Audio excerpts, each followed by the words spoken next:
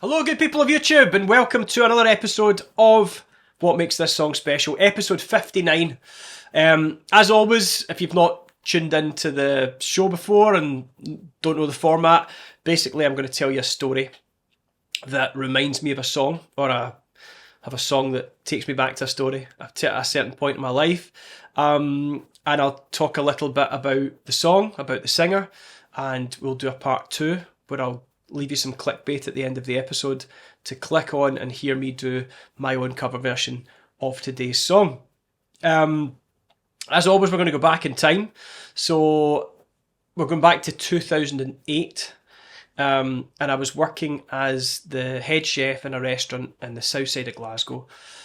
It had never been my intention to be a chef as a career, but the difficulties of becoming a famous singer-songwriter had sort of pushed me in that direction for a short while, maybe a longer while than I wanted it to. But I won't dwell on this. I've spoken about this chapter of my life in other episodes. But basically I was in a job that I kind of fell into through the necessity for money, to pay the bills, be a member of the real world rather than just chasing dreams. And I was about to get married and get my first house, and there was a sort of sliding doors moment. The general manager at that point in the club was called Gary Blackadder, and Gary was quite a divisive character. He certainly ruffled a few feathers when he started, and probably said things at times that kind of came out the wrong way. But I really liked him. We got on really well. He sort of said things just as they came to his mind, and he said it like it was, and I liked that about him. His partner in crime was called Stevie Hunter, who was also a great guy. We got on really well, and he loved the vibe that we'd created in the kitchen, where people just came in and we had great banter, and I think you could escape from reality in the kitchen in there, unless you worked there. It wasn't as fun when you worked there, but certainly for other departments when they come in to see us, we put on a bit of a show. Me and Stevie spent every minute together at that time talking about martial arts, an obsession we both shared. And they were a great management team. They would play sort of good cop, bad cop. They would slag each other off behind each other's backs, but they were actually great friends, and it's a really good wee era of working there for that year or two that they were in charge. However, I didn't want to be there. I wasn't happy, and the only thing that was keeping me there really was the fear of change, and the lack of a better offer. Or doing something I really wanted to do. And then one day a better offer came along. A better offer came along when I really wasn't expecting it. And it wasn't in the form of something that I really wanted to do forever, but it was something that enticed me. You see, whilst I'd been working as a head chef full time, I was also still pursuing musical ventures, and I'd been playing piano bars, and quite often I'd been playing in this little Italian restaurant, Shawlands, in the south side, called Bacco. And Bacco was a great wee restaurant that Lindsay and I would go to, and sometimes we'd go with friends, and the food was amazing. And the owner and the head chef was called Pepe, and his brother Luca ran front of house, and it was just a great wee place. You went in and you got a little slice of Italy in the south side of Glasgow. It was really good.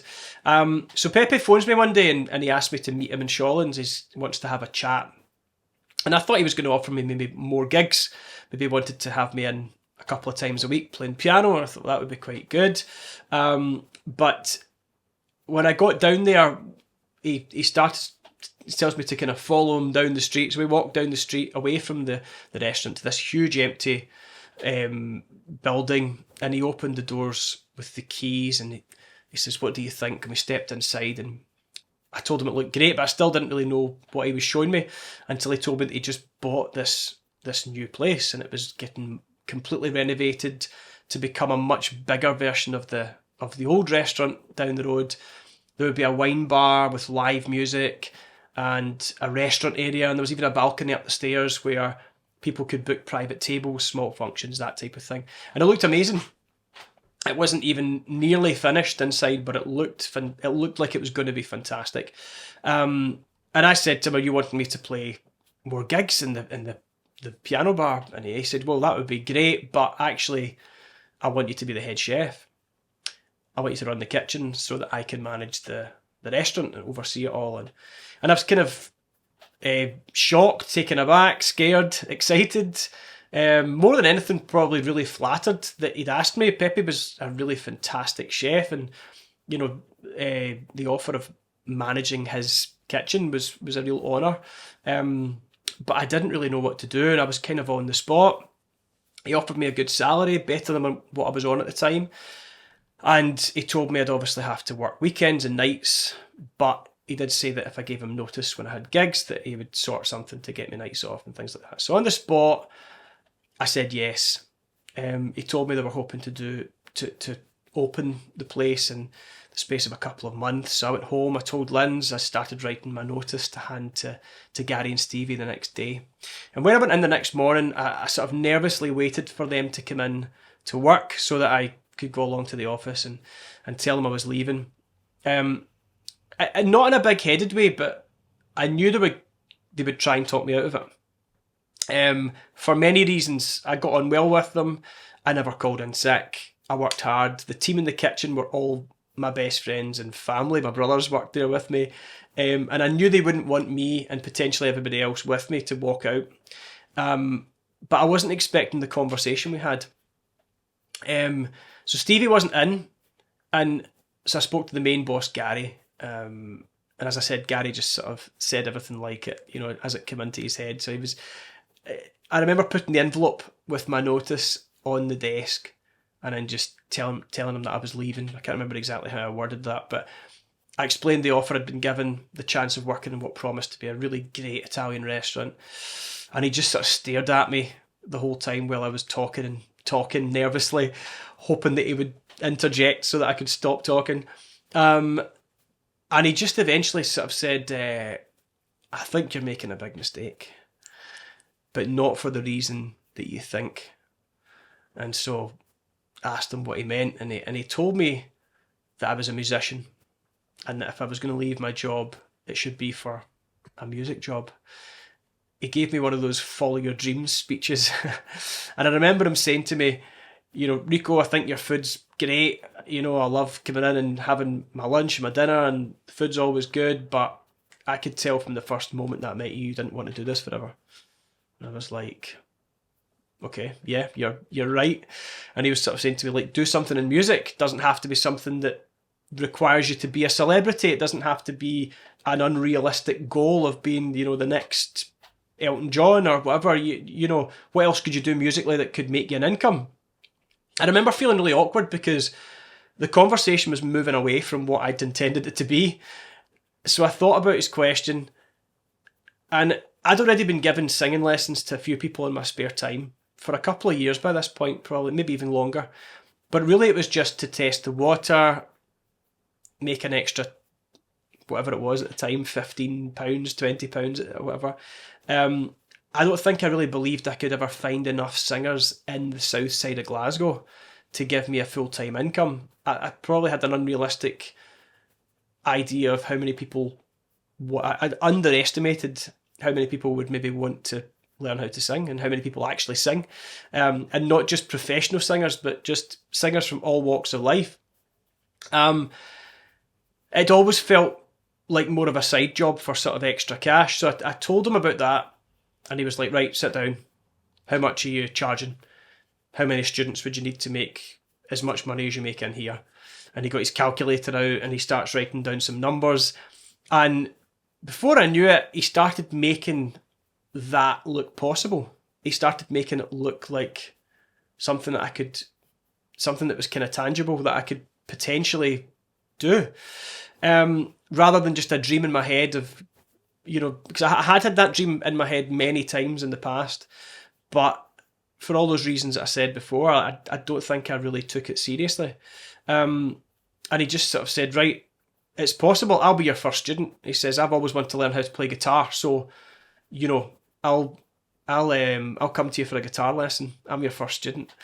Now, I never did end up giving Gary a guitar lesson for one reason or another. But that day, a seed was planted. He talked me into staying, of course, as I knew he would. But he let me cut my hours to part-time as long as I still ran the kitchen, which suited me and it suited him. And so I walked out of his office, still employed by Greens, And when I went to the kitchen, I told the boys I was staying, and my best mate Daryl was over the moon. He immediately reached for a CD and stuck on Don't Stop Believin' by Journey. And we sang it so loud that the waitresses came in, as they often did, and told us to shut up because the customers could hear us in the restaurant.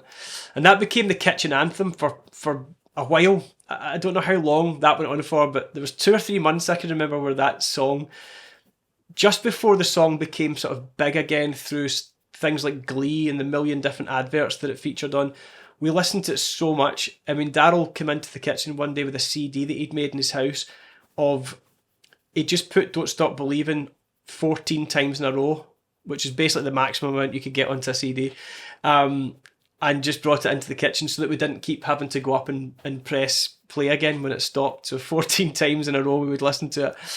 And yeah, just what a song. We'll come back to the song. But I left work that day, and I was supposed to, the day that I was supposed to hand my notice in and take on this new job. And I was on my way home to phone Linz and tell her about everything.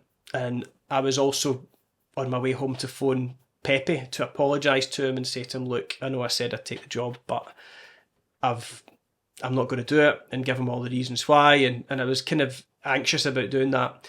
And then my mobile phone rang. And it was Duncan Cameron from Riverside Recording Studios. Duncan's a legendary producer in Glasgow.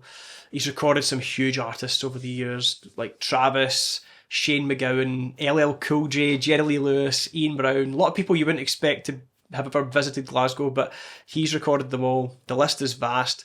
And Dunk's also become a great friend over the years. And he was phoning me just out of the blue. I hadn't spoken to him in a while. And he says, Rico, we've got the college course up and running now at the studio, and we need somebody to coach the vocalists on this new course for a few hours a week. Would you be up for it? And I was like, it was like watching the law of attraction at work. You know, the minute I decided that becoming a vocal coach was possible, the phone never stopped. That was the first call, just a couple of hours later. Then within a few weeks, I had a diary almost full of private clients. I was working a couple of afternoons on the college course for Duncan. I'd landed another job at a music school in Bishop Briggs in the north of the city. 1 day a week teaching kids and running a glee club. And a few months after that, we started the wedding band. And by the end of that year, I was working full-time as a musician, doing a couple of part-time shifts in the kitchen to keep me going until the wedding bookings that we'd taken for the following years kind of came to fruition. And after that chat with Gary and the perfect song choice from Daryl, I didn't stop believing. You know, it's as cheesy as that sounds. You know, even though I already knew and loved that song many years before, that song said so much about that time. It was just the anthem of that chapter. And it reminds me of those months starting my own business, dreaming of life as a full-time musician and doing something that I loved, being my own boss, not working in the kitchen anymore. And just, yeah, amazing. And Gary, if you're watching, thank you for talking me out of handing my notice in that day. I definitely owe you a guitar lesson. But yeah, just a great era. So there's my wee story. That's what the song takes me back to. I actually had heard the song many years before that. A good friend and another drummer that I worked with many years before called Rick Mason had given me that album, the Journey album, is it called Escape? I think it's called Escape, that album. He'd given me that to listen to. He said, you have to listen to this band, and I hadn't heard them. And I remember listening to it years before, probably in my late teens, and just going, wow, amazing, I loved it. But Don't Stop Believin' really always takes me back to that era. Just that important turning point in my life. It was released just a couple of weeks before I was born, in October 1981. And it took Journey, who were already a really successful band at the time, into a completely new stratosphere, a legendary status at that point. And the song was a top 10 hit all over the world. There was no looking back from there. It epitomises term 80s power ballad. It's a rock song, but it's a ballad. It's got pianos, it's got big drums, it's got guitar solos, ridiculously powerful and high vocal melody.